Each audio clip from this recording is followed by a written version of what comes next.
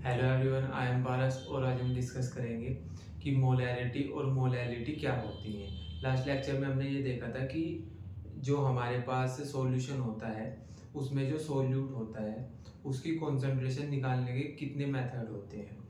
Mass percentage, mole fraction, वो हमने last वाली वीडियो में डिस्कस कर लिया था। आज हम पढ़ेंगे कि मोलैरिटी और मोलैलिटी क्या होती है।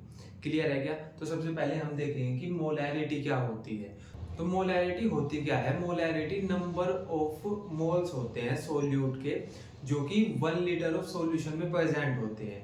मींस हमारे पास 1 लीटर सॉल्यूशन है और 1 लीटर सॉल्यूशन है, अगर सॉल्यूशन है तो उसके अंदर सोल्यूट और सोलवेंट होंगे। ठीक है ना? तो मैं ये बोल रहा हूँ कि हमारे पास 1 लीटर सॉल्यूशन है, उसमें सोल्यूट के कितने नंबर ऑफ मोल प्रेजेंट है उसको हम मोलैरिटी बोल देते हैं। ठीक है, ऐसे लिखा हुआ भी है कि number of moles of solute present in 1 litre of solution. तो हमारे पास अगर हमको मोलैरिटी चेक करनी है तो हमारे पास पहले तो 1 लीटर सॉल्यूशन होना चाहिए। ठीक है, उसमें हम फिर ये देखेंगे कि जो हमारे पास मोल है सोल्यूट के उस 1 लीटर सॉल्यूशन में कितने हैं। क्लियर है क्या?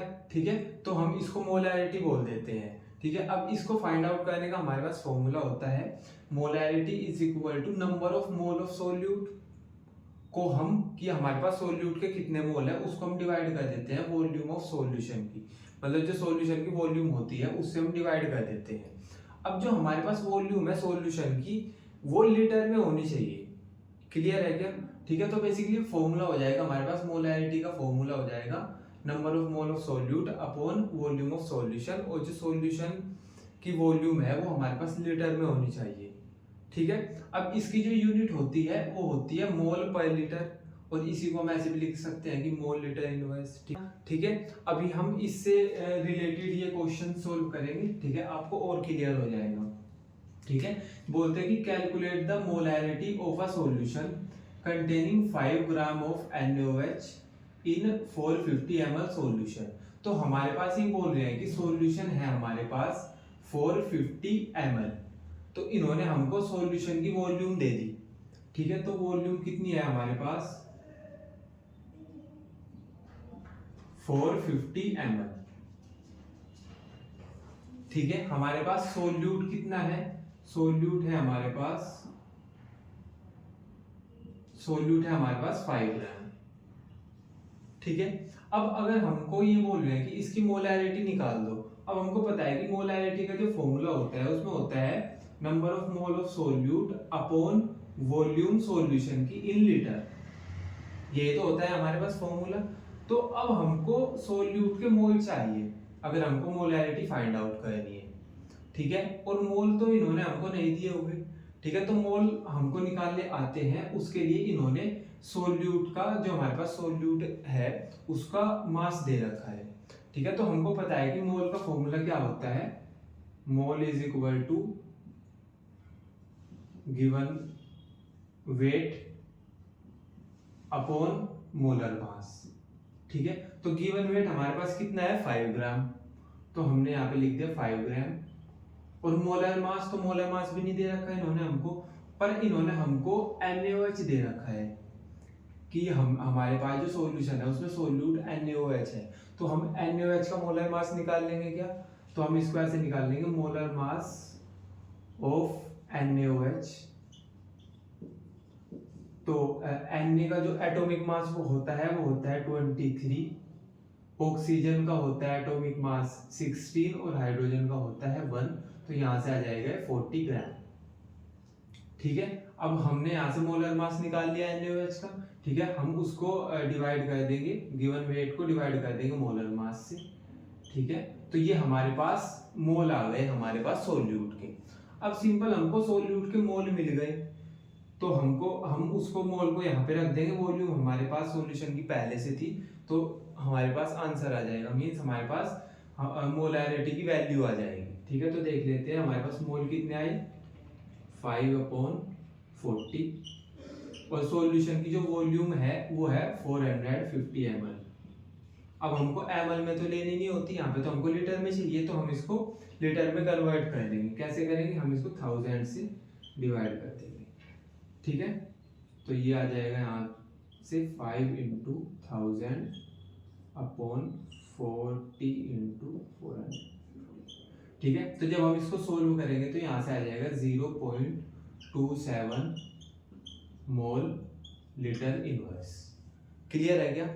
तो आपको ये समझ आ गया होगा कि हमारे पास मोलैरिटी के जो क्वेश्चंस हैं हमारे पास, वो हमको किस तरीके से सोल्व करने हैं। ठीक है, क्लियर है ना? अब इससे बाद हमारे पास आती है मोलैरिटी। ये क्या थी हमारे पास? मोलैरिटी। इसको हम कैपिटल एम से डिनोट कर रहे थे। इसके बाद आती है हमारे पास मोलैरिटी, आर की जगह पे एल आता है। ठीक है, तो उसको हम क्या कहते हैं? उसको हम कहते हैं स्मॉल एम से डिनोट, स्मॉल एम से डिनोट। ठीक है, चेंज क्या होगा? मोलैरिटी और मोलैरिटी में डिफरेंस कहां पे आता है? मोलैरिटी में हम क्या ले रहे थे? 1 लीटर सॉल्यूशन, और मोलैरिटी में हम लेंगे 1 केजी सोलवेंट। समझ आ रहा है क्या मैं क्या बोल रहा हूं? मैं सिंपल ये बोल रहा हूं कि जब हम मोलैरिटी फाइंड आउट कर रहे थे तो हम 1 लीटर सॉल्यूशन में सोल्यूट के मोल देखते थे कितने हैं। अब हम 1 केजी सोलवेंट में देखेंगे कि हमारे पास सोल्यूट के कितने मोल हैं। क्लियर है क्या? ठीक है, तो इसका फॉर्मूला क्या हो जाएगा? मोलैरिटी की जगह पे हम ले लेंगे मोलैरिटी। ठीक है, मोलैरिटी फॉर्मूला क्या हो जाएगा? Number of mole of solute. ठीक है, ये तो सेम ही रहेगा। अब यहाँ पे आ जाएगा मास ऑफ सोलवेंट। यहाँ पे इतना चेंज होगा बस, मास ऑफ सोलवेंट, और जो मास होगा सोलवेंट का उसको लेंगे हम केजी में। ठीक है, अब क्योंकि यहाँ पे केजी आ गया, ठीक है, तो यहाँ पे लीटर की जगह पे भी केजी आ जाएगा।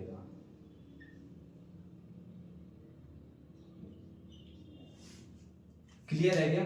ठीक है, तो बेसिकली हम ये बोलते हैं कि जो हमारे पास मोलैरिटी होती है वो number of mole of solute होती है इन 1 केजी ऑफ सोलवेंट।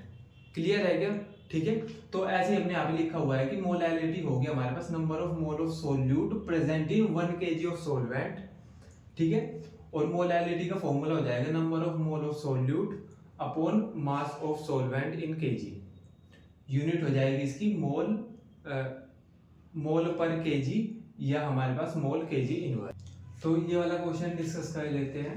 बोलते हैं कि calculate molality of 2.5 gram of ethanoic acid in 75 gram of benzene. तो हमारे पास 75 ग्राम बेंजीन है, 2.5 ग्राम इथेनोइक एसिड है। तो हमको ये तो पता है कि जब हमारे पास बेंजीन ज्यादा है तो हमारे पास सोलवेंट बेंजीन ही होगी। ठीक है, तो हम ऐसे लिख लेंगे क्या कि सोलवेंट है जो हमारे पास वो है बेंजीन 75 ग्राम, और जो हमारे पास सोल्यूट है वो है 2.5 ग्राम। क्लियर है क्या? ये हमारे से कैलकुलेट कराना चाहते हैं मोलैलिटी। मोलैलिटी का फॉर्मूला क्या होता है? m is equal to n upon weight हमारे पास, मास हमारे पास जो सोलवेंट का होता है वो चाहिए होता है हमको केजी में। क्लियर है क्या? ठीक है, तो अगर हमको मोलैलिटी निकालनी है तो हमको पहले मोल चाहिए होंगे।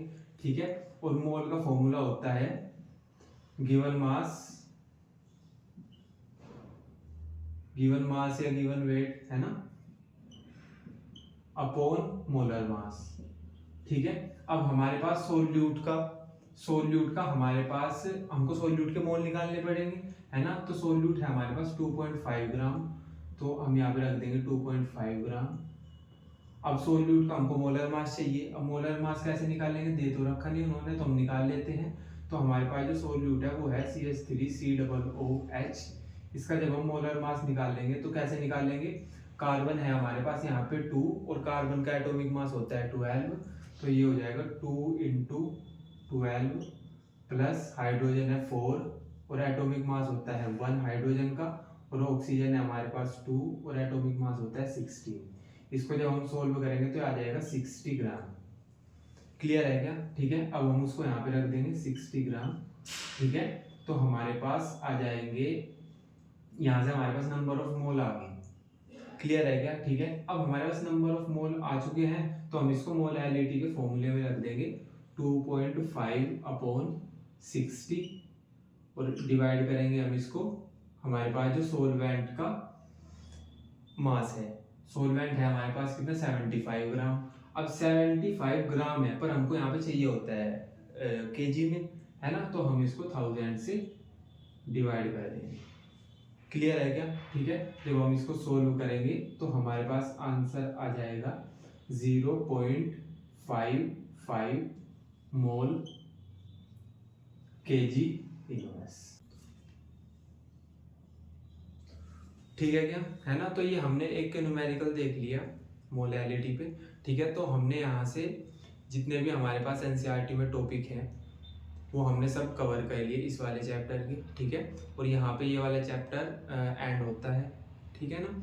तो अभी आपको क्या करना है, आपको अपने एंड से न्यूमेरिकल्स की प्रैक्टिस करनी है, जितने भी ज़्यादा न्यूमेरिकल्स हो सके वो सब आपको करने हैं। क्लियर है क्या?